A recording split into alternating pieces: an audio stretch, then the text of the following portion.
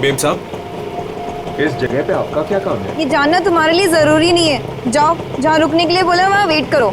ठीक है, जैसी आपकी मर्जी।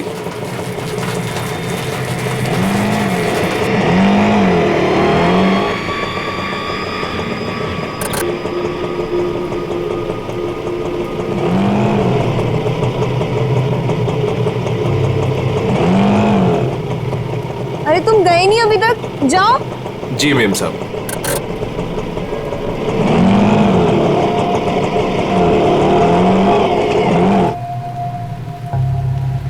हेलो विशाखा, मैं करिश्मा बोल रही हूँ।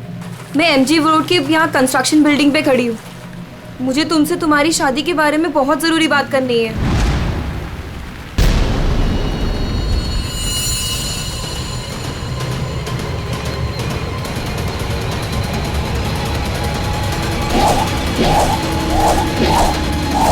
मेम साहब, मेम साहब, मेम साहब, कहाँ चली गई?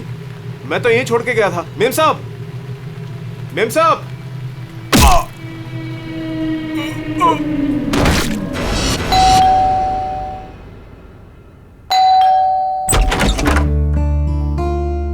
अरे आप इतनी जल्दी आ गए ऑफिस से? आज हाँ, आज काम कुछ कम था। ये लो, आते आते तुम्हारे लिए कुछ साग सब्जियां लाया हूँ और इसे फ्रीजर में रख दो। विशाखा के लिए लाया हूँ, उसे आइसक्रीम पसंद है ना? आज आपकी लाडली ये खाने वाली नहीं है। पर क्यों? आज सुबह से ही उदास है, खुद को कमरे में बंद कर रखा है और खाना भी नहीं खाया उसने। तुमने उसे कुछ कह दिया क्या? मैं क्या कहूँगी, लेकिन हाँ, आज सुबह किसी का फोन आया था।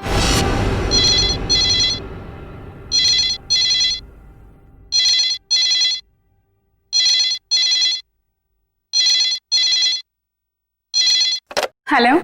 हेलो, विशाखा बोल रही हो? जी हाँ, विशाखा बोल रही हूँ। देखो, मुझे तुमसे बहुत ज़रूरी बात करनी है। ये बात तुम्हारी शादी के बारे में है। शादी? कौन सी शादी? मुझे इस बारे में कोई बात नहीं करनी है। प्लीज मुझे दोबारा कॉल मत कीजिए।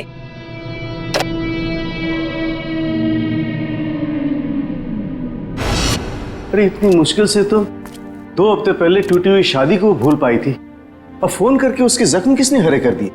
बहुत पूछा मैंने कि किसका फोन था, लेकिन रोई जा रही है, जवाब ही नहीं दे रही है। मैं देखता हूँ, तुम चिंता मत करो। विशाखा, विशाखा बेटे, विशाखा बेटे, दरवाजा खोलो।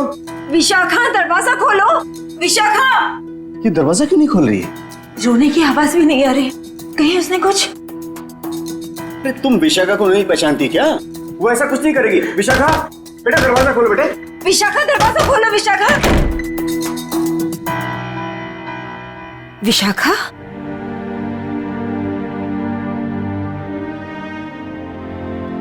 विशाखा बेटे, वो शादी वाले फोन कॉल से चिंता में है ना तू? हाँ पापा, काश मैंने उस गलत लड़के से शादी की जिद न की होती। मेरी वजह से आप लोगों को कितना अपमान सहना पड़ा। अरे नहीं बेटी, ऐसा कुछ नहीं है। उस लड़के के साथ तेरी शादी नहीं हुई, ये तो बड़ी अच्छी बात है। उस परिवार से तू बच गई बेटे। हाँ। और फिर हमारे इस लाडो के लिए इस शहर में कोई लड़की की कमी है क्या? हाँ? और क्या, हमारी विशाखा है इतनी प्यारी कि कोई भी लड़का इसे देखते ही पसंद कर लेगा। नहीं माँ, इस बार अपनी पसंद पे भरोसा करके मैं कोई गलती नहीं करना चाहती। आप लोगों की पसंद पे ही मेरी मंजूरी है। अरे हाँ सरिता, कल ठीक 3 बजे लड़के वाले विशाखा को देखने आ रहे हैं, तुम तैयार रहना।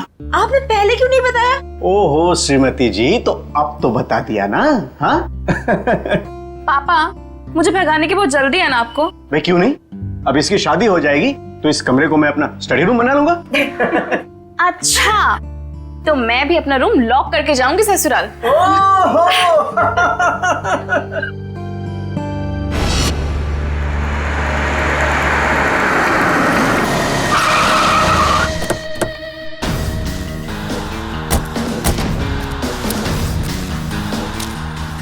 भाई साहब, मैं यहाँ का बचपन, मैंने ही आपको फोन किया था। लाश कहाँ पर है? जी उस तरफ। चलो दिखा। जी।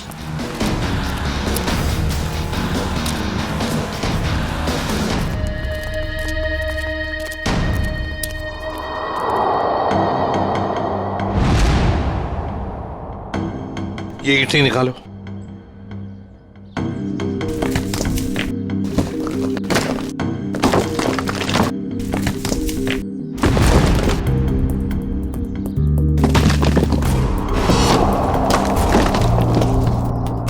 सर लगता है लाश को छुपाने की पूरी कोशिश की लेकिन पूरी तरह से कामयाब नहीं हुआ है। हाँ, छुपाने की तो बहुत कोशिश की है मगर जरूर कुछ ना कुछ तो भूल गया है वो। कोई ना कोई सुराग तो हमें जरूर मिलेगा। वैसे लाश ज्यादा पुरानी नहीं दिख रही है। एक काम करो, बाहर निकालो इसे आराम से, संभल के।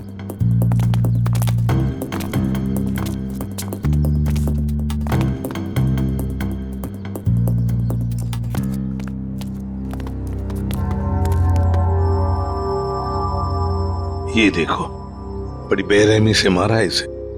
सामने से सीधे चाकू घोंप दिया सीने में। हाँ सर, देख के लगता है कि इसे चीखने चिल्लाने का मौका ही नहीं मिला। ये देखो, इसके सिर के पीछे भी चोट है। लगता है जिसने भी ये किया है ना, शायद पीछे से आकर इस रिक्शा वाले के सिर पर पीछे से हमला किया, वार किया। ये बेचारा मुड़ गया हमलावर को देखने के लिए, तो सामने से चाकू घोंप दिया।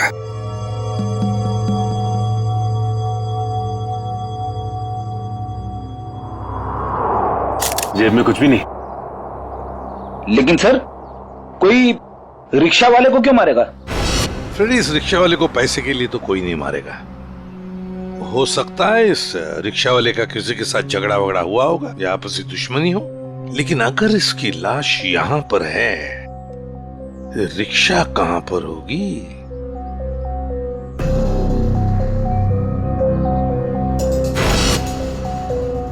सर, हाँ सर ये देखिए सर, ये खून की बूंदें और घसीटने के निशान हैं।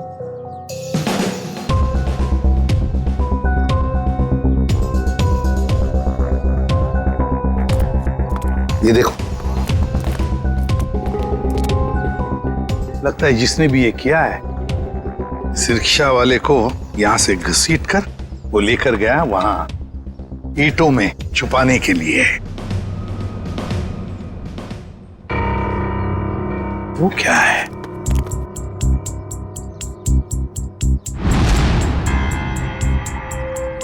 किसी आदमी की घड़ी? अरे ये तो काफी महंगी घड़ी है। शायद रिक्शा वाले की होगी। नहीं फ्रेडी, ये इस रिक्शा वाले की घड़ी नहीं लगती। इतनी महंगी घड़ी है ये, 1,00,000-1,50,000 की तो घड़ी है ये। तो फिर सर, शायद उसी की होगी जिसने रिक्शा वाले को मारा है। वो तो ये भी सकता है कि घड़ी उस आदमी की हो जो ऑटो में बैठा था। इतनी कीमती घड़ी पहनने वाला आदमी रिक्शा में नहीं जाएगा, मुझे नहीं लगता। देखो, और भी कोई सुराग मिलना चाहिए। देखो जरा आसपास।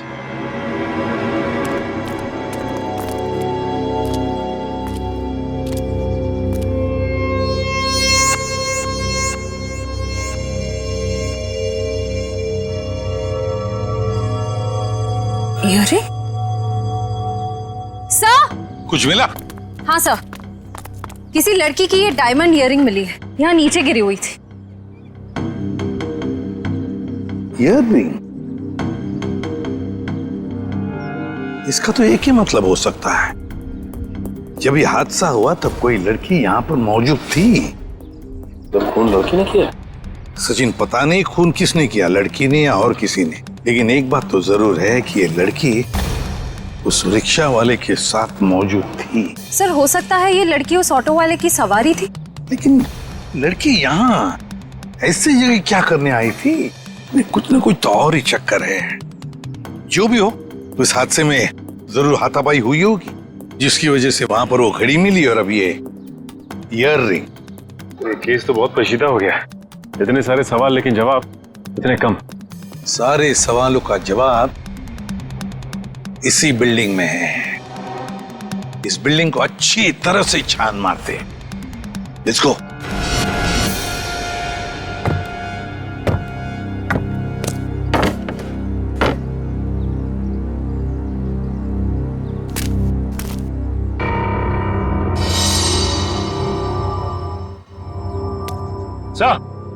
हाँ सचिन, क्या हुआ? ये देखिए, सीढ़ियों पे खून की बूंदें। हाँ, ये देखो। सर ये तो बहुत ही अजीब बात है, लाश वहां पर और खून की बूंदें यहाँ। मुझे तो कुछ और ही आ रहा है दिमाग में। कहीं और एक लाश तो नहीं इस बिल्डिंग में?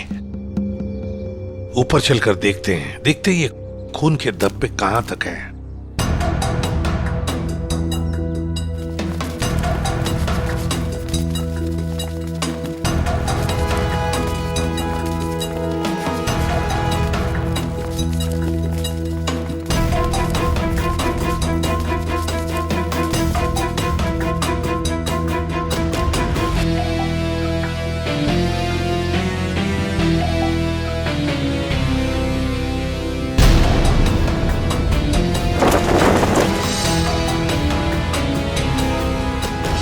भाई साहब मैं तो कहता हूँ अभय और विशाखा एक दूसरे के लिए बिल्कुल सही है। दोनों के ख्यालात मिलते जुलते हैं, दोनों का स्वभाव एक है और वैसे एक साथ स्कूल में पढ़ चुके हैं।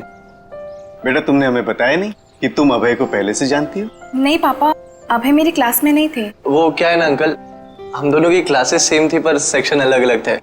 आप सेक्शन ए में थी और मैं सेक्शन सी में था। बात यह है ना जी, अभय के लिए एक से बढ़कर एक खानदान से रिश्ते आ रहे हैं, लेकिन इससे मना कर दिया है। स्कूल के वक्त से ही आपकी बेटी से प्यार करता है, लेकिन कह नहीं पाया, इसलिए आज मुझे आना पड़ा कहने के लिए। पापा प्लीज, आप मुझे एम्बैरेस कर रहे हैं। नैना और अनुष्का कैसे हैं? स्कूल टाइम से तुम्हारे बेस्ट फ्रेंड हुआ करते थे वो लोग।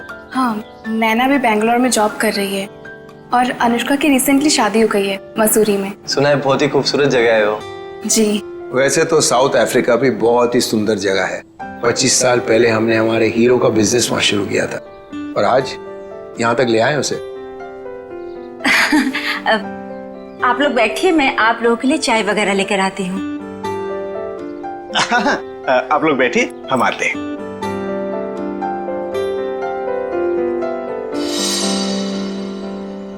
क्या बात है सरिता, क्या हुआ? देखिए, लड़का और परिवार तो मुझे अच्छे लग रहे हैं, लेकिन एक बार आप साफ साफ पूछ लीजिए, लेन देन की जो भी बात है। सरिता क्यों चिंता करती हो? देखो मुझे नहीं लगता कि धीरेन्द्र जी की कोई मांग है, और अगर होगी भी तो हम मांग पूरी कर देंगे ना। देखो सरिता, मेरी पेंशन है, तुम्हारे जेवर है, और अगर जरूरत पड़ी तो हम ये मकान बेच देंगे। आखिर हमारी एक ही बेटी है। ओफो, आप एक बार पूछ तो लीजिए ना, कहीं कोई बड़ी मांग रख दी तो। फिर तो ये रिश्ता नहीं हो पाएगा। खैर, अपनी किस्मत है, देखते हैं। चलो लीजिए भाई साहब। ये सब लाने की क्या जरूरत थी? इतनी तकलीफ क्यों की आपने? अरे क्या कहते हैं भाई साहब, ये तो कुछ भी नहीं है, ये तो आपको लेना ही पड़ेगा। चाय लीजिए। ये लो बेटे।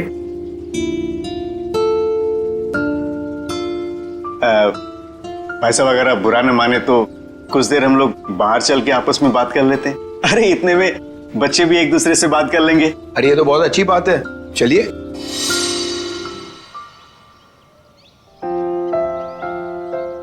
भाई साहब, आपका बेटा हमें बहुत पसंद है। मुझे भी बिल्कुल विशाखा जैसी बहू चाहिए थी।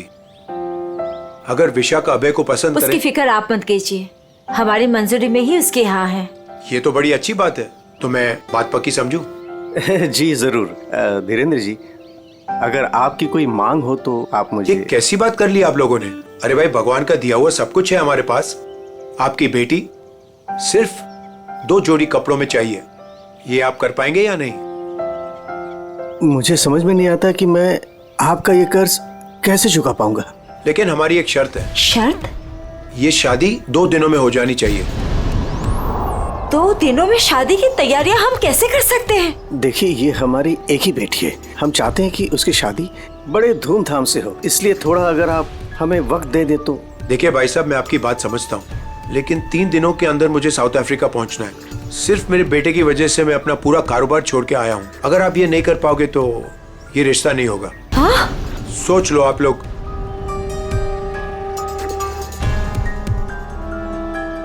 ठीक है भाई साहब, ये शादी परसों ही होगी। ये तो बहुत अच्छी बात है, मुबारक हो। देखिए, आप शादी की तैयारियां कीजिए, पैसे की चिंता न कीजिए, वो हम करेंगे। जी।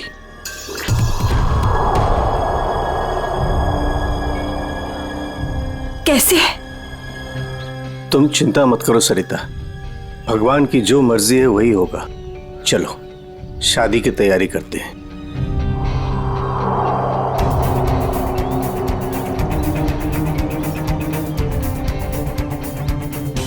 पता नहीं मुझे ये सब ठीक क्यों नहीं लग रहा है। शादी ब्याह जैसी चीज जल्दबाजी में करना, कहीं हम गलत निर्णय तो नहीं ले रहे।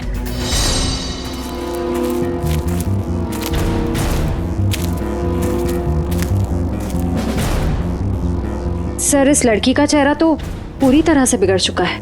इसकी पहचान करना बहुत मुश्किल होगा। तो सर, लड़की के पास से ना ही कोई आइडेंटिफिकेशन मिला है, ना ही कोई मोबाइल। तो लाश को देख के लगता है कि इसकी और उस ऑटो ड्राइवर की मौत लगभग एक ही वक्त हुई है सर।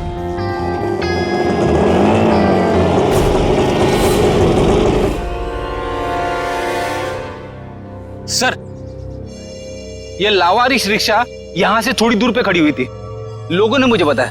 और सर, ये रहे रिक्शा के पेपर्स। वो लाश इसी रिक्शा ड्राइवर की थी, चमन नाम था उसका। और सर, ये फोटो भी लगी उसकी। हाँ, चमन खुद मालिक था इस रिक्शा का। और कुछ मिला? हाँ सर,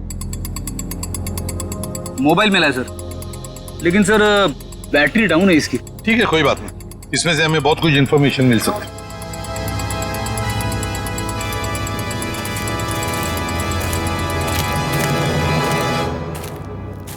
वॉचमैन होना यहाँ के कैसी ड्यूटी करते हो?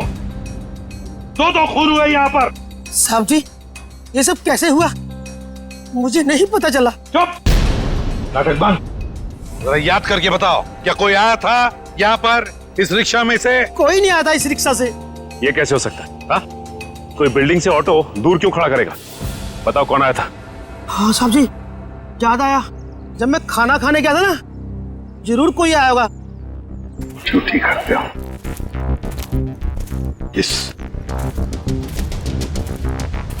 इस चमन की पूरी कुंडली निकालो। हाँ अभिजीत। सर, वो ऑटो वाले के फोन की डिटेल मिल गई है सर। ये 11 बजे के करीब ममता नगर से निकला और 11:30 बजे जेल स्टेशन पे पहुंच गया।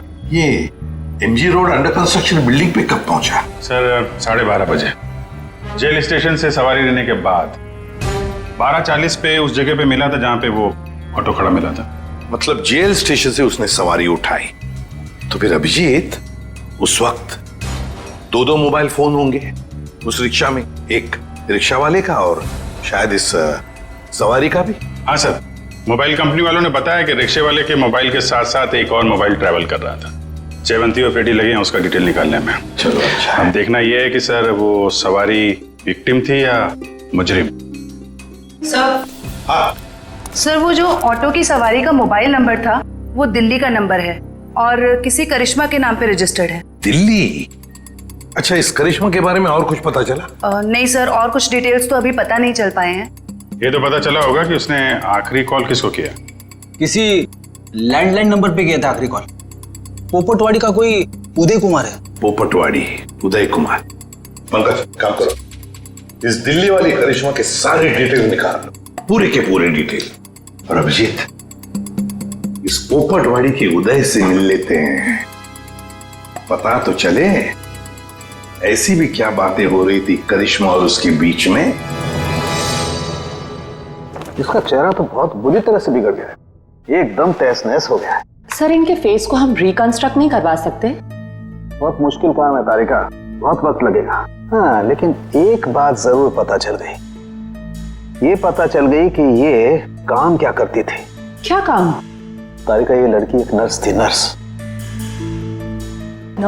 ये देखो, ये देख रहे हो, ये इसकी उंगलियों पर और ये अंगूठे पर ये कॉल। ये निशान तो ज्यादातर उन्हीं लोगों के हाथों में होता है ना जो दूसरों को इंजेक्शन देते हैं। एग्जैक्टली तारिका। अब मुझे लगता है ये खून या तो किसी बदले की भावना से किया गया है या फिर कोई प्यार व्यार का चक्कर। प्यार व्यार का चक्कर? तुमको ऐसा लगता है तो तुम फोरेंसिक आते ही क्यों? तुम अब से मत आया करो हमारे लैब में प्लीज। हाँ, अरे ये क्या? हाँ, और अभिजीत, तुम्हारे और मेरे बीच में जो भी था ना वो खत्म। प्यार का चक्कर।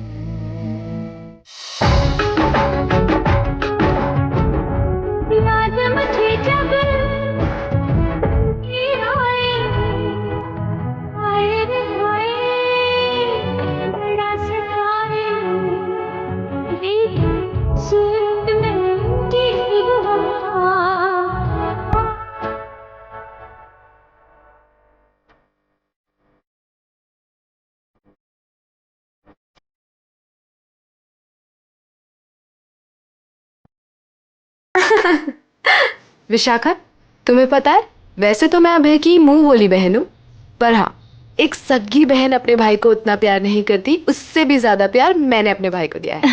Sweet of you. Thank you so much मेरे भाई को शादी के लिए हाँ कहने के लिए। यकीन ही नहीं हो रहा है ना, इतनी जल्दी सारी तैयारियां हो जाएगी। और आज हमारी बेटी की मेहंदी की रस्म है। तुम ठीक कह रही हो, मगर ये सब कुछ मुमकिन नहीं होता अगर धीरेन्द्र जी हमारी सहायता नहीं करते तो। देखो ना, अभय की बहन माया किस तरह से सुबह से लेके सारा काम कर रही है, कितनी अच्छी तरीके से कर रही है ना? वाकई।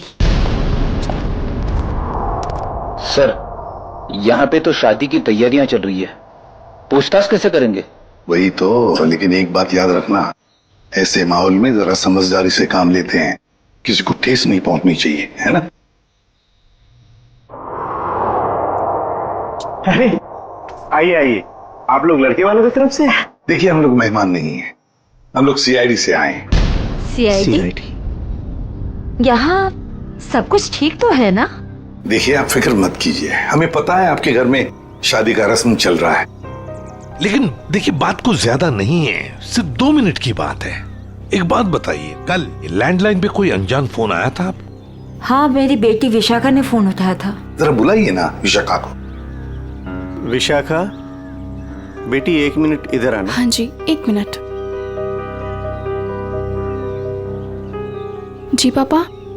बेटे ये। हाय विशाखा, शादी मुबारक हो। Thank you.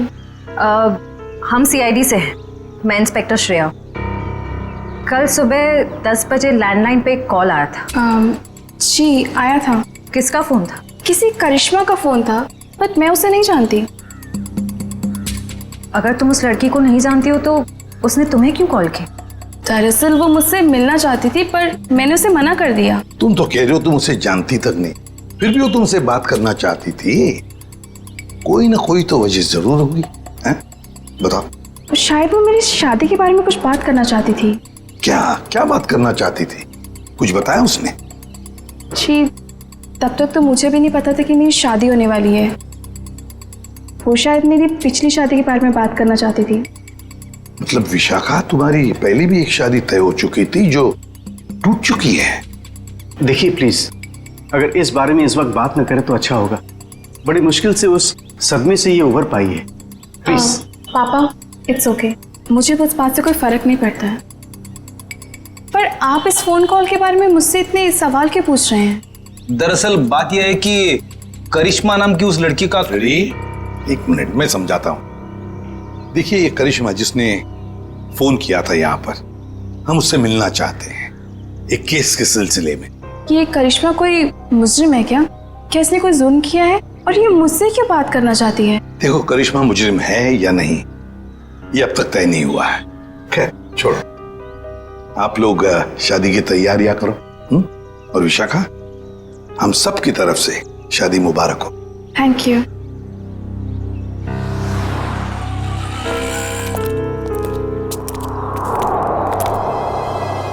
हेलो, सुनो, सब गड़बड़ हो गया है यहाँ। सीआईडी आ गई है। हाँ जी, क्या हाल है बॉस? फिर से बन गया चेहरा?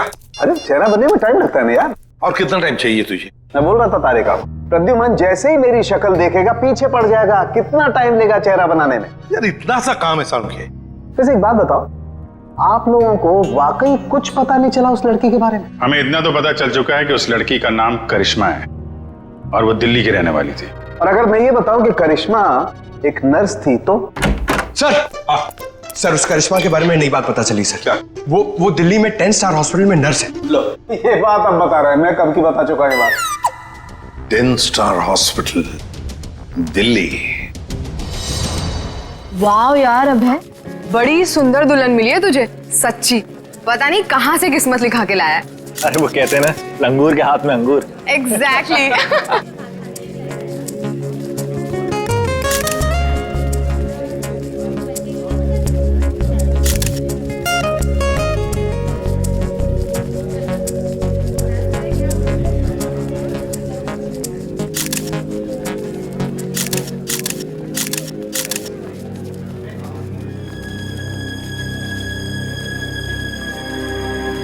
उदय जी आप रो रहे हो, सब ठीक तो है ना?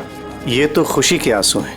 आज अपनी बेटी को दुल्हन बना जो देख पा रहा हूं मैं, इसलिए। आपसे कुछ बात करनी थी। हाँ हाँ, तो कहिए ना। यहाँ कहना ठीक नहीं होगा, जरा अंदर चलिए ना। क्यों, हमसे शादी में कुछ कमी रहेगी है क्या? नहीं, वो सब ठीक है, A1। देखिए, सारे मेहमान आ रहे हैं, अगर हम यहाँ से चले गए तो कुछ परेशानी हो जाएगी। फेरे हो जाए, उसके बाद दोनों बैठ करके बातें करते हैं। देखिए, मेहमानों को छोड़िए, आप अंदर चलिए, वरना ये शादी नहीं होगी।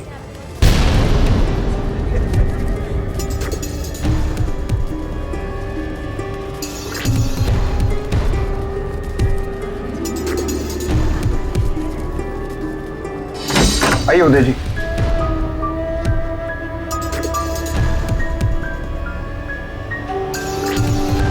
धीरेन्द्र जी, बात क्या है आप बताइए ना। देखिए, मेरी परेशानी बढ़ती जा रही है। अरे भाई, परेशान होने की कोई बात नहीं, एक छोटी सी रिक्वेस्ट है। कैसी रिक्वेस्ट? आपको याद है मैं आपके घर आया था आपकी बेटी को देखने, और मैंने आपको कहा था मुझे दहेज बिल्कुल नहीं चाहिए। जी मुझे अच्छी तरह से याद है, आपने कहा था कि आपको दहेज नहीं चाहिए। तो अब क्या चाहिए आपको? मैं अपनी जुबान का पक्का हूँ, कहा ना दहेज नहीं चाहिए, दहेज नहीं लूंगा। हाँ, मगर आपको दहेज नहीं चाहिए तो क्या चाहिए?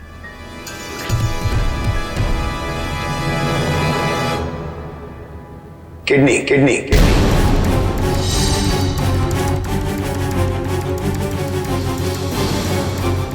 किडनी? पर किसकी? मैं शायद आपको बताना भूल गया कि मेरी तबीयत दरअसल ठीक नहीं रहती, और जल्द से जल्द अगर किडनी ट्रांसप्लांट नहीं हुआ तो मैं ज्यादा दिन नहीं बच पाऊंगा। Kidney transplant? देखिए, आपकी बेटी की शादी है और कुछ ही दिन बाद उसका ससुर यानी कि मैं मर जाए तो आपको कैसा लगेगा? पर धीरेन्द्र जी, मैं अपनी किडनी कैसे, मेरा मतलब। मैंने पूरा पता लगा लिया है, हम दोनों की किडनीज मैच होती हैं। अच्छा, तो इसका मतलब ये शादी ब्याह ये सब ढोंग है।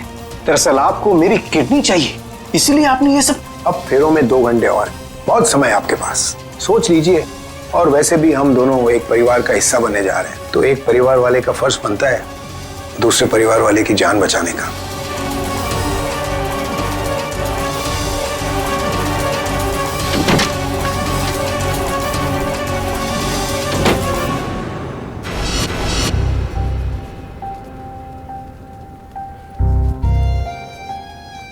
आपको दहेज नहीं चाहिए तो क्या चाहिए? किडनी।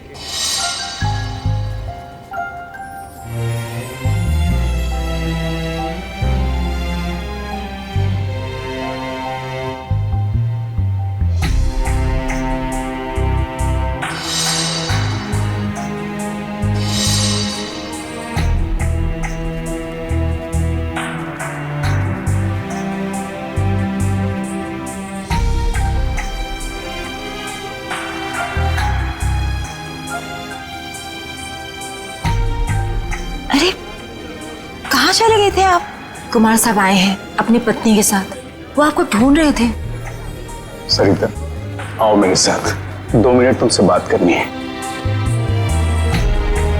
चलो।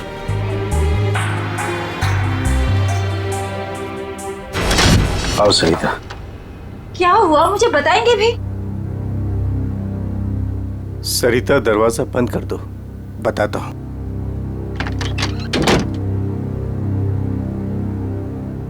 अभी तो बताइए, मुझे बहुत घबराहट हो रही है। धीरेन्द्र जी ने मुझसे कुछ मांगा है। पता था मुझे कि ये शादी दहेज लिए बिना हो ही नहीं सकती। वैसे कितने पैसे मांगे हैं उन्होंने? नहीं, उन्होंने मुझसे पैसे नहीं मांगे। तो फिर? सरिता, उन्होंने मुझसे मेरी किडनी मांगी है। किडनी? हाँ सरिता। हे भगवान, इसका मतलब ये सब शादी वादी ढोंग है। वो आपकी किडनी लेना चाहते हैं? मुझे भी यही लग रहा है। ये अचानक से उनका मेरे घर आना, फिर 2 दिन में शादी और अब ये सब कुछ। सरिता, मुझे तो इसमें बहुत बड़ी साजिश लग रही है। तो क्या अब हमारी विशाखा की शादी फिर से टूट जाएगी? अगर मैंने किडनी नहीं दी तो ऐसा ही होगा। ना सरिता, तुम मत रो।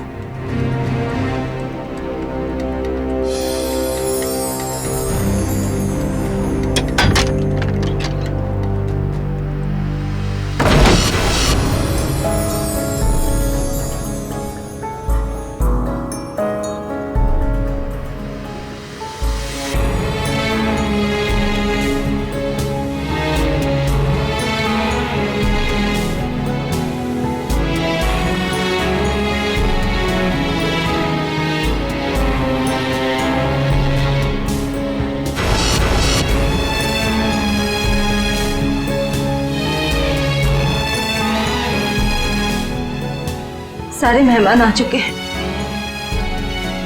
और अगर इस बार भी हमारी विशाखा की शादी नहीं हुई तो वो पूरी तरह टूट जाएगी। एक जख्म तो वो पहले ही खा चुकी है, लेकिन अब दोबारा वो बर्दाश्त नहीं कर पाएगी। मैं जानता हूं सरिता, तुम ठीक कह रही हो, इसलिए मैंने सोच लिया है, मैं अपनी किडनी दूंगा। हाँ सरिता। नहीं, अगर आपने किडनी दे दी तो आपका क्या होगा? मुझे कुछ नहीं होगा सरिता। और वैसे भी इंसान के शरीर में 2 किडनियां होती है जिससे उसका शरीर चलता है, लेकिन फिर भी इंसान एक किडनी के सहारे जी सकता है। मुझे ये सब कुछ ठीक नहीं लग रहा है। अगर कुछ ऊंच नीच हो गई तो मैं आपको खोना नहीं चाहती हूँ। नहीं सरिता, मुझे कुछ नहीं होगा, और अगर मुझे कुछ हो भी गया तो कम से कम मेरी आत्मा को ये सोचकर संतुष्टि तो मिलेगी ना कि मैंने अपनी बच्ची की खातिर उसके पैदाइश से लेकर के उसकी शादी तक सब कुछ किया। प्लीज।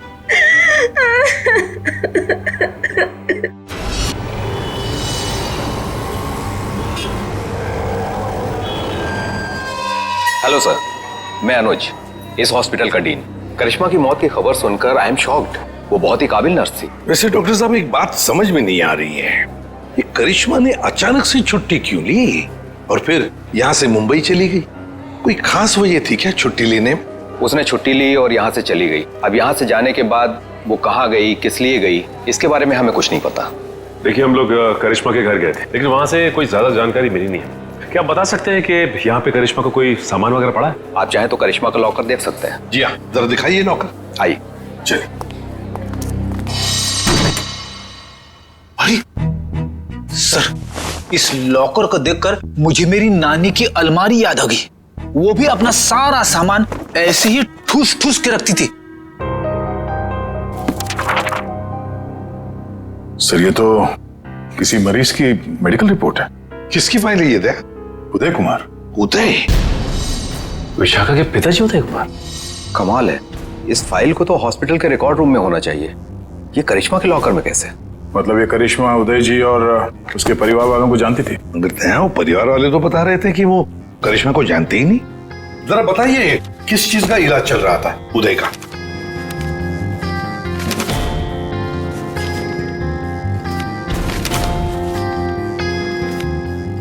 क्या डॉक्टर साहब, आपके चेहरे का रंग उड़ा हुआ क्यों है? उदय जी को फूड पॉइजनिंग थी और उनके सारे टेस्ट किडनी के करवाए गए हैं। क्या? बताइए। यार ये क्या चक्कर है? नहीं नहीं नहीं दया, कुछ ना कुछ तो गड़बड़ जरूर है, कुछ ना कुछ तो गड़बड़ है। अच्छा डॉक्टर साहब, इस करिश्मा का बर्ताव कुछ अजीब लगा आपको? मतलब कुछ गड़बड़ लगा आपको कभी? नहीं, ऐसा तो कुछ भी नहीं लगा। सर, ये देखिए। माय गॉड, तो ये बात है। क्या बात है उदय? अरे डॉक्टर चंद्रप्रकाश, आओ बैठो बैठो। ये अचानक क्या बात करना चाहते हो तुम मुझसे? और भाभी जी क्यों रो रही हैं? शादी में कोई मदद वगैरह चाहिए? डॉक्टर, शादी की कोई बात है ही नहीं। अच्छा, तुम ये फाइल मेरी देखो ना, मेरी मेडिकल फाइल। ये फाइल चेक करके बताओ कि क्या मैं अपनी एक किडनी डोनेट कर सकता हूँ? उदय, तुम्हारी बेटी की शादी हो रही है और इस वक्त तुम्हें ये सवाल सूझ रहा है? डॉक्टर, शादी न रुके इसलिए तो मैं ये बात पूछ रहा हूँ तुमसे। बताओ ना। क्या मतलब है? मतलब मैं बाद में तुम्हें समझाऊंगा। तुम पहले मुझे ये बताओ कि मैं एक किडनी के सहारे जी सकता हूँ या नहीं। बताओ डॉक्टर, मुझे प्लीज बताओ ना।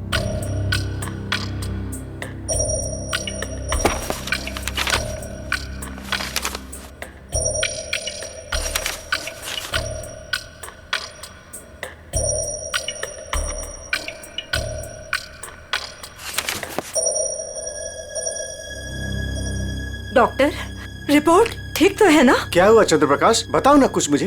क्या किडनी देना जरूरी है? बस तुम इतना ये समझ लो कि किसी के जिंदगी और मौत का सवाल है।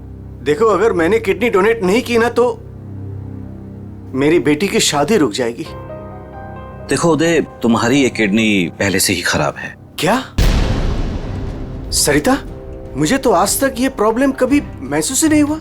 कैसे किडनी फेलियर हो सकता है? क्योंकि उदय, तुम्हारी बॉडी दूसरी किडनी से फंक्शन कर रही है। आई एम सॉरी, अगर तुमने ये दूसरी किडनी भी डोनेट कर दी तो क्या? तो तुम्हारा बचना नामुमकिन है। किडनी डोनेट करने के लिए तुम मेडिकली फिट नहीं हो। देखो, ऐसा मत कहो डॉक्टर, मुझे ये किडनी दान करनी ही पड़ेगी किसी भी हालत में। डॉक्टर प्लीज जरा चेक करके बताओ, कोई तो रास्ता निकालो। देखो उदय, फाइनल डिसीजन मैं नई रिपोर्ट के आने के बाद ही दे पाऊंगा, लेकिन इस रिपोर्ट के मुताबिक किडनी डोनेट करना मतलब मौत को दावत देने जैसा है।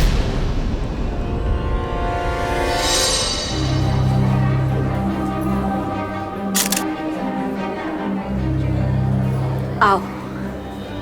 क्या हुआ माँ, आप परेशान लग रही हैं? नहीं, ऐसी कोई बात नहीं। फेरे का समय हो गया है, आओ।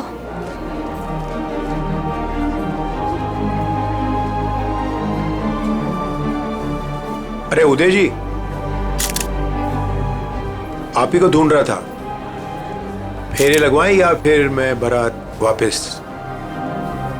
जी नहीं, बारात वापस ले जाने की नौबत नहीं आएगी।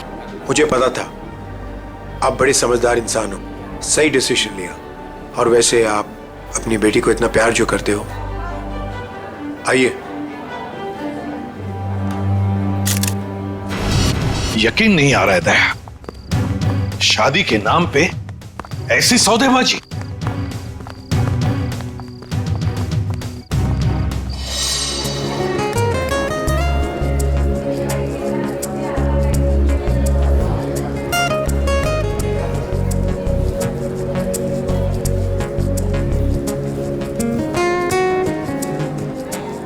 रुक जाइए।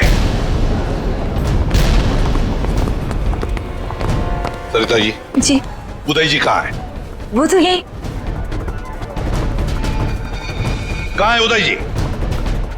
यही तो थे, कहाँ चले गए? आप लोग यहाँ फिर से, क्या हुआ? हमारा उदय जी से बात करना बहुत जरूरी है, जरा बुलाइए उन्हें। उदय जी। उदय जी। कहाँ गए उदय जी? बुलाइए। मम्मी, पापा कहाँ चले गए? आपके पापा कहाँ हैं? इसका जवाब अब ये देंगे धीरेन्द्र जी। क्यों धीरेन्द्र जी, जवाब देंगे ना? मुझे कुछ नहीं पता।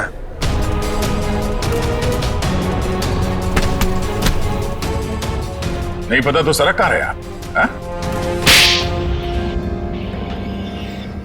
सर, मैंने कुछ नहीं किया सर, मैं तो इनका असली बेटा भी नहीं हूँ सर। मेरे पति को इन लोगों ने गायब करवाया होगा और किडनी के लिए ये लोग शादी तोड़ने की धमकी दे रहे थे। मॉम, आपने बात मुझे पहले क्यों नहीं बताई? आपके और पापा से बढ़कर मेरे लिए कुछ नहीं है।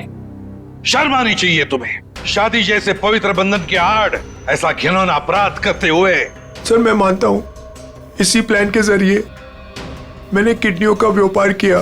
क्या? शायद इसीलिए उन गुनाहों की सजा है कि मेरी खुद की किडनी बेकार हो गई, लेकिन इस बार सर मैं खुद की जान बचाने के लिए कर रहा था। इसके लिए किसी और की जान चली जाए। अब बताओ, करिश्मा को क्यों मारा? सर मैंने करिश्मा को नहीं मारा, बल्कि वो तो मेरी मदद करती थी मरीज ढूंढने में। सर इस बार मैंने गैंग वालों को बताया बिगैर एक किडनी गायब कर दी। उसी बात को लेकर वो मुझे ब्लैकमेल कर रही थी कि वो बाकी गैंग वालों को और विशाखा को ये बात बता देगी। इसीलिए तुमने करिश्मा को मारा? इसीलिए? नहीं सर, मेरा यकीन मानो, मैंने उसे नहीं मारा। मुझे लगता है कि सर उसके मौत के पीछे मेरे बाकी गैंग वालों का हाथ है। कौन है तुम्हारे साथी? कहाँ लेकर गए उदय को? किडनी निकलवाने। ऑपरेशन शायद शुरू भी हो गया होगा। कहाँ हो रहा है ये किडनी निकालने का ऑपरेशन?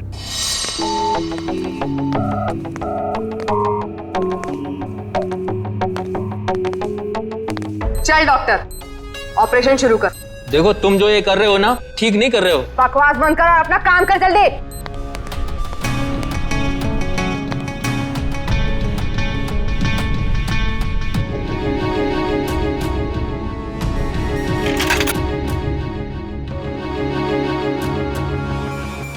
अबे जल्दी करना।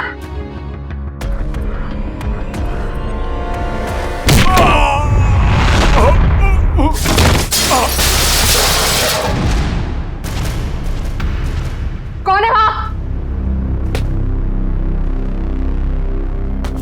कौन है?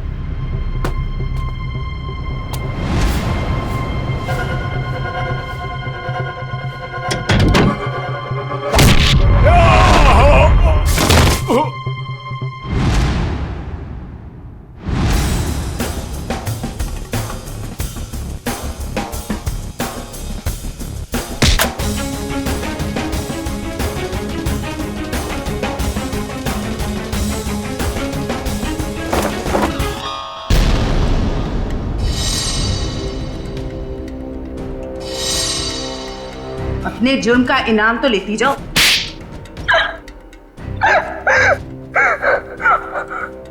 ये सारा षड्यंत्र हमने सिर्फ लोगों की किडनियां हथियाने के लिए किया है। ये सब पता है हमें। ये बताओ, करिश्मा को क्यों मारा तुम?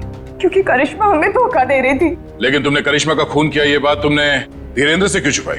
ताकि जब धीरेन्द्र किडनी ट्रांसप्लांट के लिए ऑपरेशन थिएटर में आए तो वहां उसे आराम से मार सके, ताकि वो खून ना लगकर एक हादसा लगे। और उदय की किडनी तुम ऊंचे दाम में बेचना चाहती थी, क्योंकि उदय का blood group Bombay blood group है, एक रेयर ब्लड ग्रुप है ना? यही प्लान था सर, लेकिन आप सीआईडी वालों की वजह से वो सब चौपट हो गया। करिश्मा का खून और कितने सारे मासूम लोगों की किडनियों की चोरी, तुम्हें तो फांसी ही होगी। इतना काफी है तुम्हें फांसी के फंदे तक पहुंचाने के लिए। जयवंती, ले जाओ इसे। सर।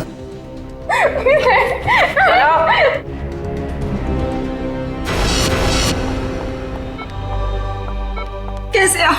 तबीयत कैसी है आपकी? पापा ठीक तो है आप? सरिता, विशाखा बेटी, तुम लोग रो क्यों रहे हो?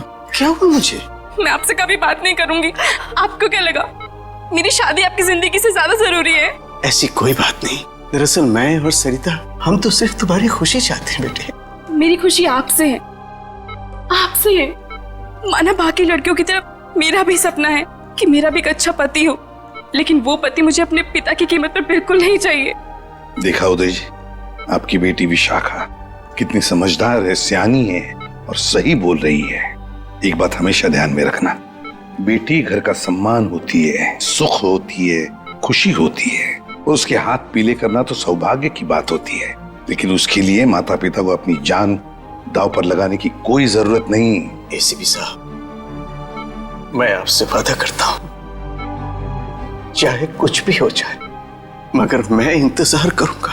अब की बार मैं अपनी बेटी का हाथ सिर्फ उसी को दूंगा जो इसके लायक हो। आप सबका बहुत बहुत शुक्रिया बेटी। Thank you very much.